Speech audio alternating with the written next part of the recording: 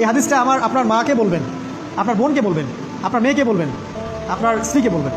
এই হাদিসটা যদি কারো হৃদয়ের মধ্যে গেঁথে যেতে পারে, তার দ্বারা অন্যায় করা সম্ভব না। একটু এই কথাটা না বললে জাস্টিস হবে না। রাসূল সাল্লাল্লাহু আলাইহি ওয়াসাল্লাম মেরাজে গিয়েছিলেন, আপনারা জানেন।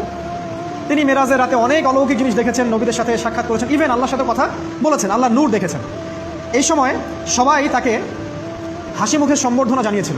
যার সাথেই দেখা হয়েছে তার সাথেই তিনি হাসি মুখে অভ্যর্থনা তাকে জানিয়েছে, আসসালামু আলাইকা আইয়ুহান নবী, সবাই বলেছে হাসি মুখে।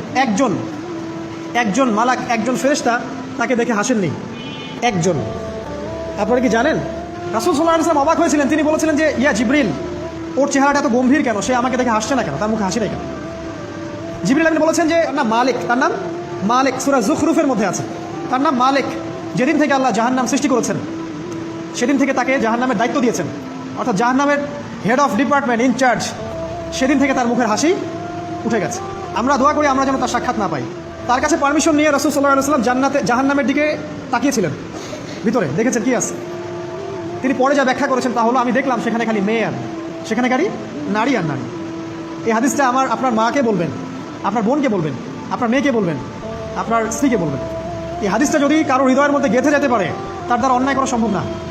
কিভাবে একটা মেয়ে সব কিছু উন্মুক্ত করে ঘুরতে পারে?